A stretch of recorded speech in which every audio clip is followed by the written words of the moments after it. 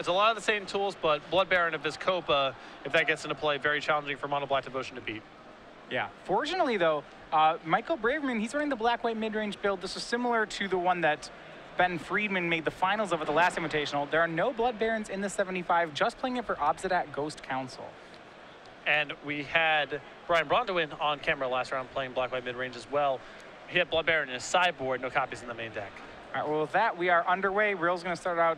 He is second here, starts out on the Temple. First play is going to be Braverman, and that's going to be a Pack Rat. And on top of cards like Blood Baron and Vizkopa, having access to Banishing Light in this sort of matchup is another critical tool. And the Mono Black Mirror Underworld Connections is untouched. It's one of the most significant cards. Having answers to Underworld Connections is a big deal for black-white mid-range. All right, now originally when the Mono Black Mirrors, Pack Rat was kind of viewed as this trump here, as we see that Eric's going to let Braverman untap with one.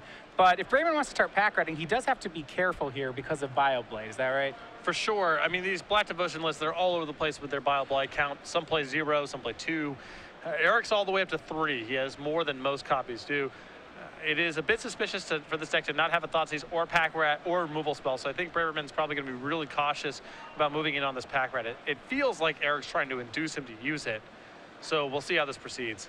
Yeah, he swings there and doesn't make a second rat to pump, and actually just passes the turn. And on end step, Rill will show that he did have the Bioblade. It's like a good call here by Braverman to not go in on that plan. Yeah, I like the play from both sides. You know, if you're in Eric's seat there, no reason to main phase it. You might get another card out of Braverman, and from Braverman's side, the odds are so low that he doesn't have Bioblight. Might as well not do anything too risky. Yeah, Rill makes a Night Veil Spectre for the turn. That in turn eats a Bioblight from Braverman, so there's no creature being able to stay on the board as of yet. Braverman will now play a Desecration Demon, however. So one of the larger 4-drops there. We see that actually Rill did have a Pack Rat in hand, but didn't want to play it on turn 2 because of the effect the Bioblight would have had if he had to cast it. And it's just, again, so unlikely that your Pack Rat sticks at that stage. I think Eric's sequencing gave him the most upside there. Yeah, a lot of trading going on here. Braverman's Desecration Demon trades with Rill's Hero's Downfall, but more importantly, Eric did not hit land 4. And we're getting into that phase of the game where Black-White Midrange kind of shows off the power level of its cards. We see Braverman shocking for an Obsidat. When these players, you know, it's a lot of removal spells, it's hard to get too much in play to stick. When one person has Obsidat and the other person has a Grey Merchant, that's a pretty big advantage for the player with Obsidat. See, Braverman plays it and exiles it. This is going to put pressure on Eric to have some instant speed removal, whether it's Devour Flesh or Hero's Downfall. Instead, he'll just make a Desecration Demon here. He can't kill the Ghost Council, but maybe he can stop it from attacking. Yeah, but it's tough. You know, the Black-White mid-range deck has a lot of the same removal tools that Mono Black Devotion does, and Desecration Demon rarely sticks around for that much in the mirror match. Braverman on his turn makes the 6th land. It's a temple. He's going to scry to the bottom. Looks like he has actually just a pair of lands left in his hand, so a little flutter on his side. He'll just blink out the Obsidat. This is a really good sign for Rill. Probably means his Desecration Demon is uncontested right now. Really good chance that Braverman's hand is just lands or maybe some cards like Bioblight. And in spite of the rough start here and the Obsidat on the other side of the table, Eric may just be able to overpower him. Yeah, 2nd Desecration Demon now for Rill. That stops Braverman from being able to attack and gives Rill permission to attack himself. Right now, this race is going to go in Rill's favor. Braverman needs a lot of help here. Well, really just one removal spell would work for now, right? Yeah, we'd keep his head above water for the time being. Though Rill was missing initial land drops, so you have to assume the rest of his hand is more spells. Absolutely. Pack Rat now the play for Braverman. It's not a terrible draw here, but it seems like so that's the Rat's not going to be fast enough to race. But what it can do is tap some Desecration Demons. But that's only a temporary reprieve. And keep in mind, Michael did nothing last turn and is just casting a Pack Rat this turn. So Eric can be pretty confident. Pack Rat was the draw step for Michael, and he can enter combat here. If Michael wants to discard cards to pin down the demon for a little while, you know, Eric's fine with that. And if he allows this attack to go through, that's a lot of damage, and something like Grey Merchant can finish him off. Going back to that last turn, Braverman had the option after playing Pack Rat to make a Rat, tap the demon, and swing for 5. Now, he chose not to do that play, meaning he's on a longer game plan, right? Yeah, he's trying to give himself as much time as possible to find removal. And right now, Eric is going to combat, seeing if it's going to get a tap. Remember, that face down card is an Obsidat that's blinked out right now. It's not a rat token. And now Braverman's going to go ahead and make that play. So he makes a copy of Pack Rat.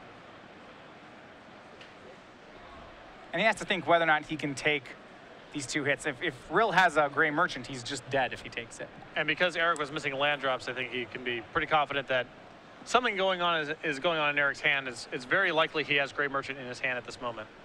Right. Braverman takes 1 demon hit. That's down to 11. And he'll find out pretty quick here. I imagine if Rill has the Gray Merchant, he'll play it anyways here. It gives him a lot of insurance against anything that Braverman could have. But he's going to go a step bigger. It's Pack Rat for the turn. Yeah, I like this route just fine. Yeah. Rill does, his 2 main cards are a land and the Gray Merchant that we were mentioning.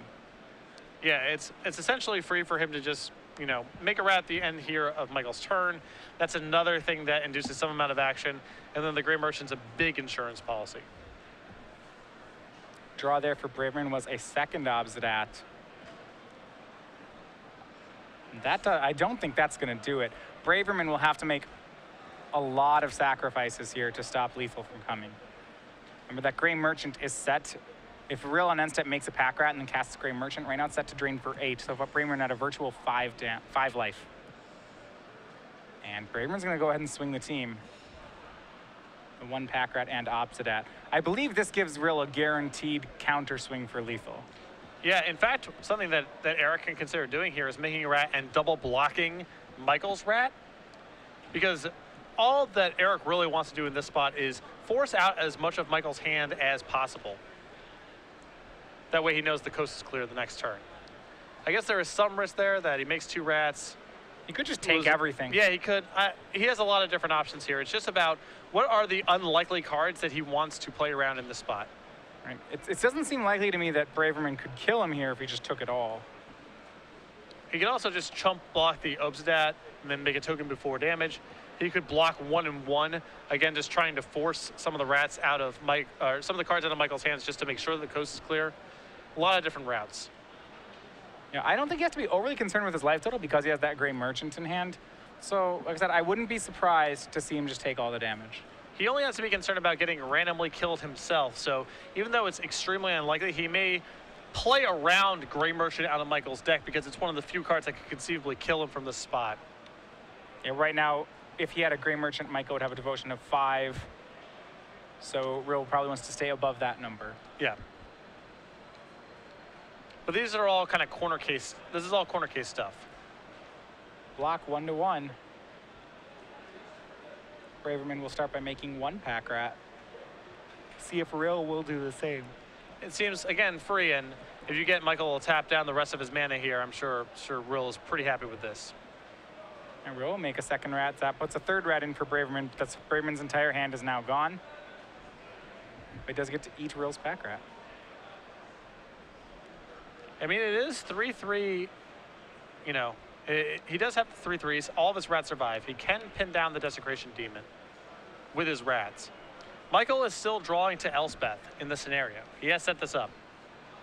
He does have a Pack Rat advantage, so Elspeth can take care of the Desecration Demons, and Michael may be able to take control of the game from there. Yeah, he's gotten out.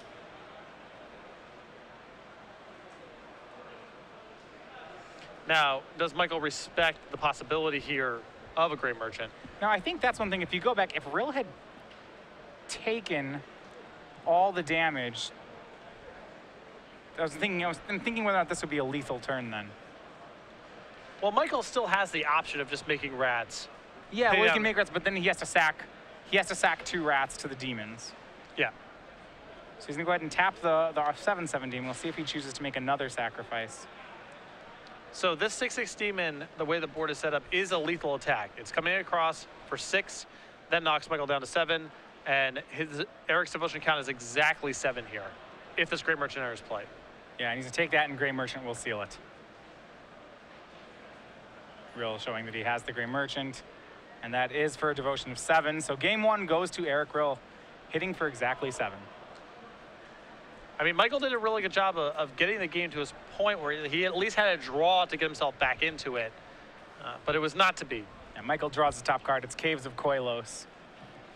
So yeah, had an out he could have played to, but wouldn't have hit. Yeah, he could have again sacrificed the other Desecration Demon and hoped to draw Elspeth. But I think that he was still playing the game like he had a possibility to win.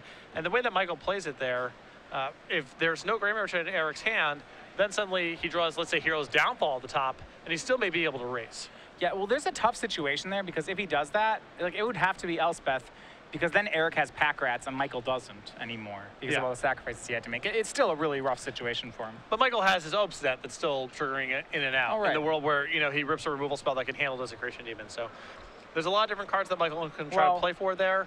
The way that he plays it, I think he allows himself to draw a removal spell and still have a shot, but he would have to kill, if he had drew Elspeth, he'd have to kill his own Obsidat. Exactly. That's what I think the way that Michael played it on that last turn still gives him a shot if, say, Hero's Downfall is the draw. Okay. Absolutely. That makes sense. So, you know, I think Elspeth still gives him an outside shot in that game, but Michael was trying to open up the maximum number of outs to allow him to get out of it. He was willing to risk the Grey Merchant. Eric had it, and now we're on to game 2. All right, going to sideboards. It's a sideboard matchup that is we have gone to a lot in Standard. The general plan, as we see in Braverman sideboard, is to board in Erebos, and some number, he has an additional Duress and Thoughtseize effects. So he has 2 Duress, 2 Erebos in his board. He has an additional Underworld Connections. Have to think he would be using that as well. Yeah, Sign Collector he can bring in, try to really attack Eric's hand and win with card advantage. Eric's going to be in a very similar plan here. Sideboard of 3 Lightbane Zombies, 2 Drowned Sorrow, 2 Doomblade, 4 Duress, Underworld Connections, 2 copies of Erebos, God of the Dead, and a Liliana Vest. I think the 2 copies of Erebos, the Underworld Connections, the Duresses, and the 1 Liliana, all reasonable for the sort of attrition, card advantage, card selection sort of game. Of note here, Rill has 4 Duresses in his sideboard to only 2 out of Braverman's deck. Yes, so. Although Braverman's making up for it with the Sign Collectors. That's effectively more Duress slots. So it's not quite the same thing, but moving into white gives you that option. You don't have to play just exclusively Duresses. And Sign Collector does some work in some other matchups as well. Yeah. It's really nice against, say, you know, in the Esper Revelation matchups, you play a Sign Collector, you take something, then your opponent can't play Jace and minus it, or they can, but they immediately lose the Jace to a 2-power attacker. So it does come with some benefits that Duress does not enable. Sign Collector is great there. Now in this matchup, how good is Sign Collector? Looking at, just thinking about the mono black decks, a lot of the times the cards you're Duressing are their Duresses and their Underworld Connections in this matchup. It's a little bit worse. I still think it's valuable to bring in, if no other reason. You know, these decks play a fair number of Devour Flesh effects. You're trying to open up a path to get Obstat into play, and Sign Collector being able to take a removal spell, potentially eat a Devour Flesh, can go a long way to opening up one of your game-winning threats to take it over. All right, so with that, looking at a couple of the other things that they have in their deck lists, Michael is playing a 1 of Whip of Erebos. That's something we see sometimes in and sometimes not in these decks. As we said before, he does have 3 Obstats, and actually we did say there is 1 Blood Baron. Instead of playing the 4 Obstats, he does have 1 Blood Baron in the main. Yeah, part of the problem with Blood Baron is even in the black matchups now, Lightbane Zombie is so prevalent, and you know the mono black players anticipate that there will be some white creatures in the black-white mid-range deck. You take a lot of collateral damage when your big threats get hit by Lightbane Zombie. It's probably on the balance still worth having in some number, but it's easy to do too much of that sort of thing. You can install on lands, you can get attacked by Thoughtseizes, and Lightbane Zombie is another factor. Well, we are on to game 2. Braverman will be on the play this game. A lot of times in these matchups, as we've seen, the first few turns can just be a flurry of discard spells, and the one player to get card advantage, to emerge with card advantage from those first few turns can really be ahead. Or a big threat. Yeah, but these decks post-board can really go after each other's hands.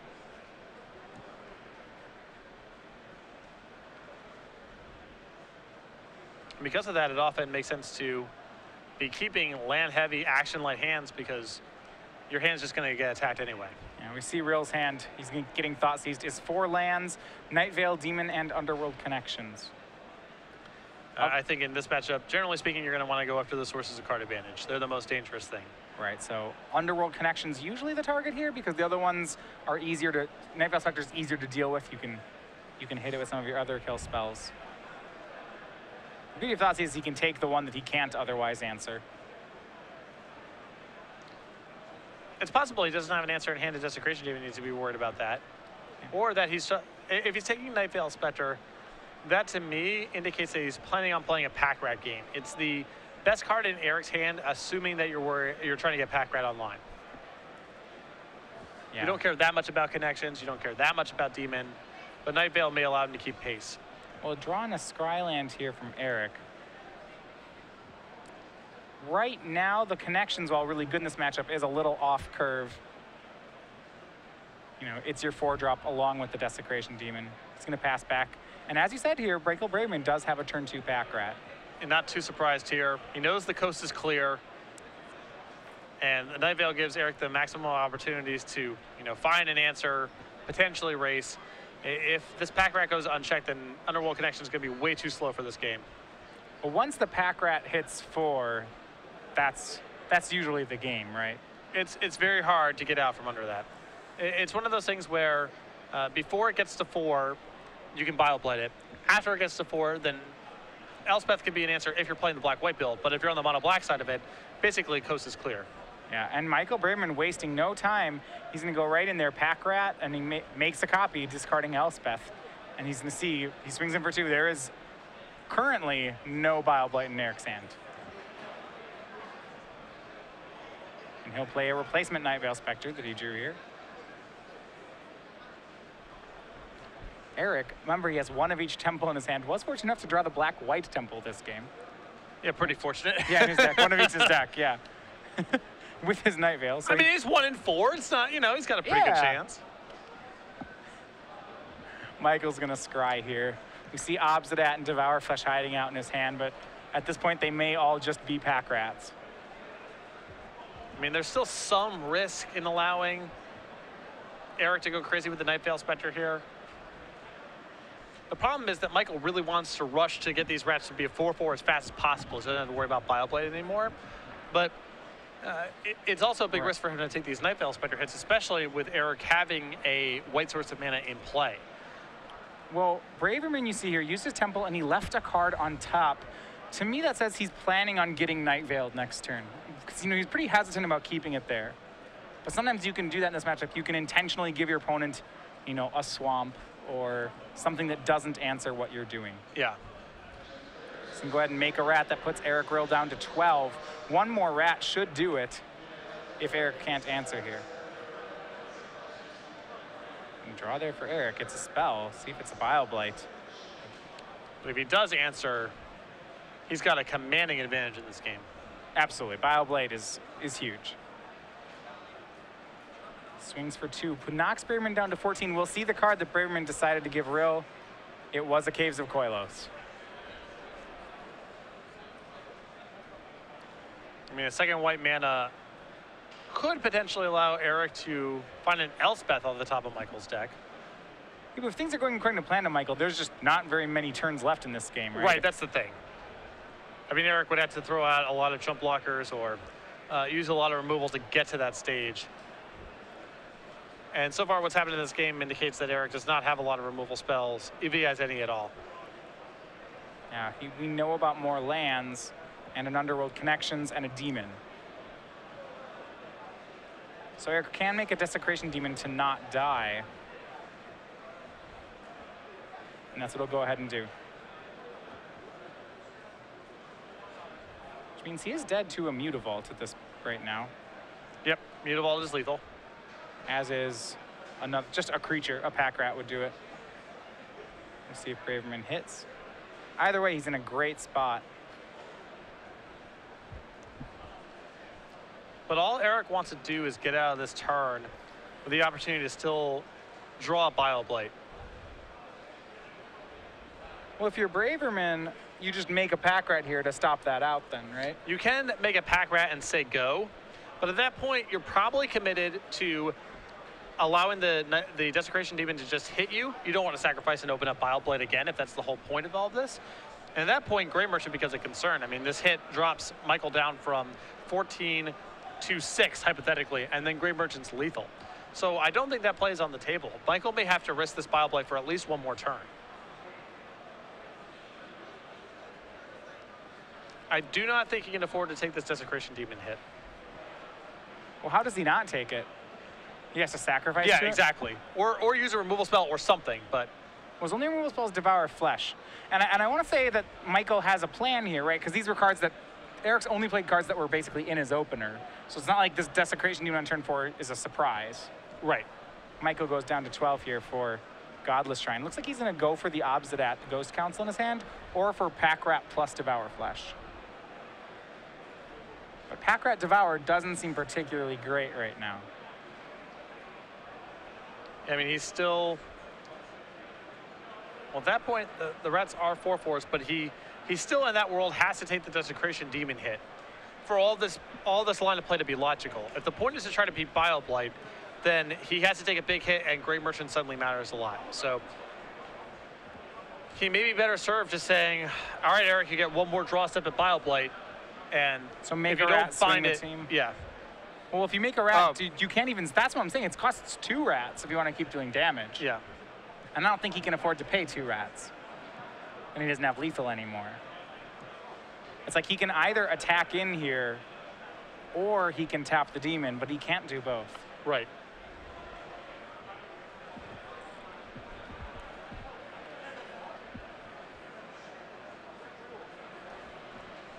This is pretty dangerous stuff. I mean, Michael, you can tell, he wants to try to find a line of play that would allow him to get these Rats out of Bile Blight range, but the opportunity costs on those plays are all too high. Yeah, tap. Yeah, he makes a rat, taps the demon, he puts Eric Rill to 3. But you're right, Land Grey Merchant, which I believe Eric has, is game here. It's a swing for 9. The question for Eric is whether or not he wants to swing first. Oh, I definitely just announced combat. Put the ball in Michael's court, see what's going on.